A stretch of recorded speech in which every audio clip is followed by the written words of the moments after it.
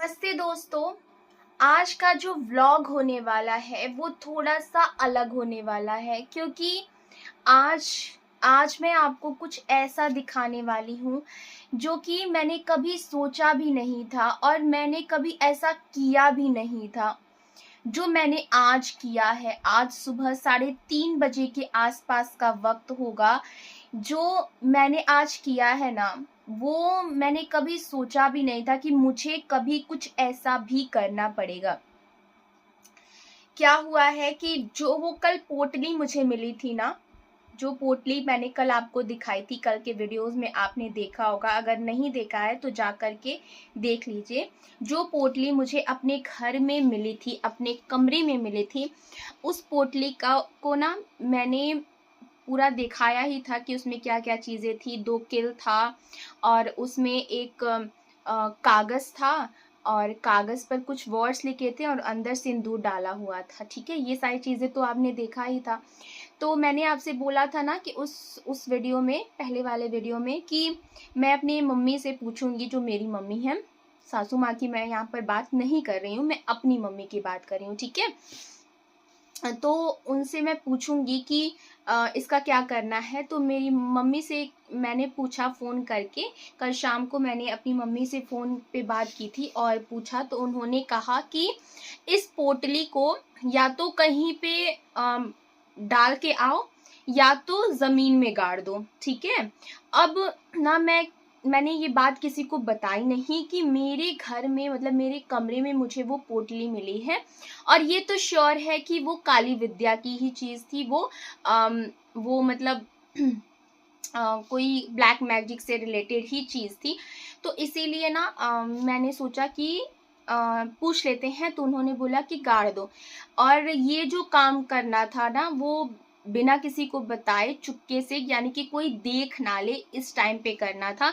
या तो मैं एकदम रात में ये काम करती, या तो मुझे सुबह ये काम करना था। ठीक है, तो मैंने सोचा कि रात में अगर मैं बाहर जाती हूँ, तो जैसे मेरे हस्बैंड जी रहते हैं, मेरा जो बच्चा है गोपाल, वो भी ना मेरे आसपास ही रहता है, तो वो ना मुझे छोड़ता नहीं है सोते वक्त और मुझे सुलाकर ही सोता है। तो मैंने सोचा कि चलो मैं अकेले सुबह के टाइम पे चलूँगी, जब सब लोग सो रहे होंगे। तो मैं सुबह उठ चुकी, मतलब मुझे ना ये काम 3 बजे के आसपास करना था, लेकिन मेरी नींद नहीं खुली।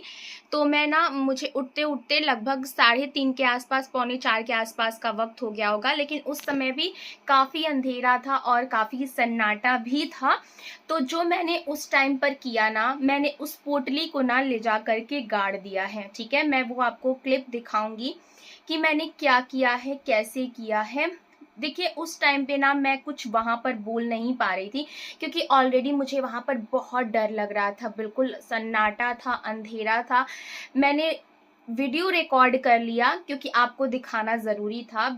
इतना बहुत है मेरे लिए, क्योंकि उस टाइम पे ना मेरे मुंह से ना वर्ड्स नहीं निकल रहे थे। मैंने सोचा कि मैं ना डायरेक्ट वहाँ पे बोल लूँगी, कुछ चीज़ें बोल लूँगी, लेकिन नहीं निकल रहा था मेरे मुंह से, ज़बान से ना कोई शब्द ही नहीं निकल रहे थे। तो मैंने बस उसको शूट कर लिया है और आप देखो कि कैसे कैसे मैंने क्या क्या चीज़ें की हैं। और आई होप, मैं ये उम्मीद करती हूँ कि मुझे इस चीज़ से जो है वो छुटकारा मिल जाए। तो पहले आप देख लो, उसके बाद मैं बताऊँगी कि क्या क्या चीज़ें उस टाइम पर मुझे फेस करनी पड़ी हैं।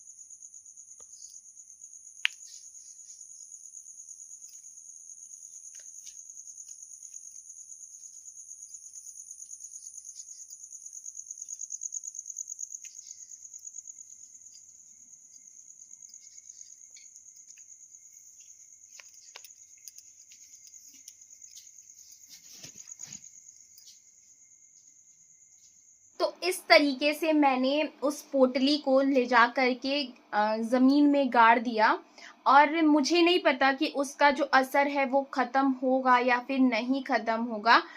लेकिन मम्मी ने कहा तो मैंने जाके उसको गाड़ दिया है, और मैं ये उम्मीद करती हूँ, भगवान से प्रे करती हूँ कि उसका जो असर है वो मेरे ऊपर से ख़त्म हो जाए। और एक बात और मैं आपको यहाँ पे ऐड करना चाहूँगी कि ये जो क्रिया की गई थी ना, ये कोई साधारण क्रिया नहीं थी, ये ना मारण तंत्र क्रिया होती है। उससे रिलेटेड मारण तंत्र में कई तरह की चीज़ें होती हैं, कई टाइप की चीज़ें जो मैंने पता की हैं, कई टाइप की चीज़ें होती है। तो ये ना मतलब मारण तंत्र का एक छोटा सा हिस्सा होता है, उसके कई सारे पार्ट्स होते हैं, बट ना मारण तंत्र का ये छोटा सा हिस्सा होता है जो मतलब मेरे ऊपर किया गया था। और कहीं ना कहीं आप समझ ही गए होंगे कि किसने किया था, क्योंकि मैं यहाँ पर बोलना नहीं चाहूँगी, नहीं बोलना चाहती हूँ, मैं किसी का नाम नहीं लेना चाहती हूँ। लेकिन मेरे कमरे में कोई और नहीं आता है, मेरे हस्बैंड जी, मेरा मेरा बेटा और सासू माँ, बस, और कोई नहीं। तो आप समझ ही सकते हो कि किसने किया होगा। आखिर कौन है जो मतलब मुझसे इतनी जेलसी का भाव रखता है और मेरे इतने पीछे पड़ सकता है। ओके, तो मैं बस यही उम्मीद करती हूँ, और आप लोगों से बस इतना ही इसीलिए शेयर करना चाह रही थी, और इसीलिए मैंने शेयर किया, क्योंकि अगर आपके साथ भी कभी ऐसा हो तो आप नज़रअंदाज मत करना इन चीज़ों को, क्योंकि हर चीज़ हम मजाक में नहीं ले सकते हैं, ठीक है। कुछ बातें सीरियस भी होती हैं। अब आप ही सोचो, अगर मैंने इसको मजाक में ले लिया होता तो पता नहीं आगे चल के क्या होता मेरे साथ।